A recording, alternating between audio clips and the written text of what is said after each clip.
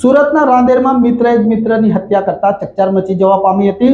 21 વર્ષીય યુવકની હત્યા થતા પોલીસ કાફલો દોડતો થયો હતો। સુરતમાં હત્યાના બનાવ યથાવત રહેવા પામ્યા છે।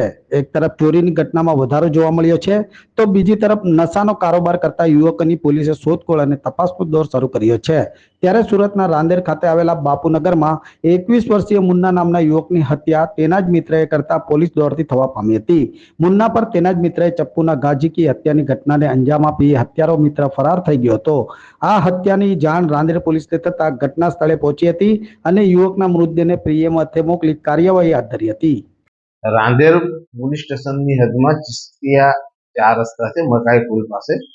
ત્યાં સવારના સમયે કંઈક પૈસાની લેતી દેતી બાબતમાં ઝઘડો થયેલ છે ને એની અંદર ખૂનનો બનાવ બનવા પામ્યો છે, જેને અંદર ફરિયાદી નજીરભાઈ છે, એમના નાના ભાઈ મુન્ના ઉર્ફે માનસિક નાઓ તથા આ કામના આરોપી જે છે એ ફારૂક મોહમ્મદ અસલમ ઉર્ફે કંડર ફારૂક પટેલ નાઓ વચ્ચે પૈસાની લેતી દેતી બાબતમાં સામાન્ય ઝઘડો થયેલ અને ઝઘડામાં આ કામના આરોપી ઉશ્કેરાઈ ગયેલ અને એને પાસેના ચપ્પુના જેવું હથિયાર હતું એ ચપ્પુના એના સાતડના ભાગે હા મારી દીધેલ, જેથી વધારે પડતું બ્લીડિંગ થઈ ગયેલ અને પછી તાત્કાલિક 108ને બોલાવીને સિવિલ હોસ્પિટલમાં લઈ ગયેલ, તો ત્યાં સિવિલના ડૉક્ટર શ્રીએ એને મરણ જાહેર કરેલ છે અને આ હાલમાં આ કામના આરોપી વિરુદ્ધમાં ખૂનનો ગુનો દાખલ કરવામાં આવેલ છે।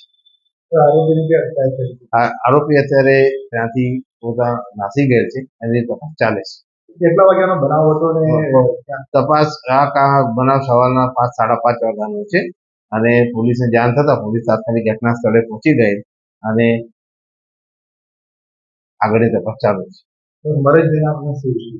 મરણ જનાર અત્યારે એની તપાસ ચાલુ છે, એટલે અગાઉ બી કંઈક ગુના પકડાય છે કે એની ખ્યાલ નથી।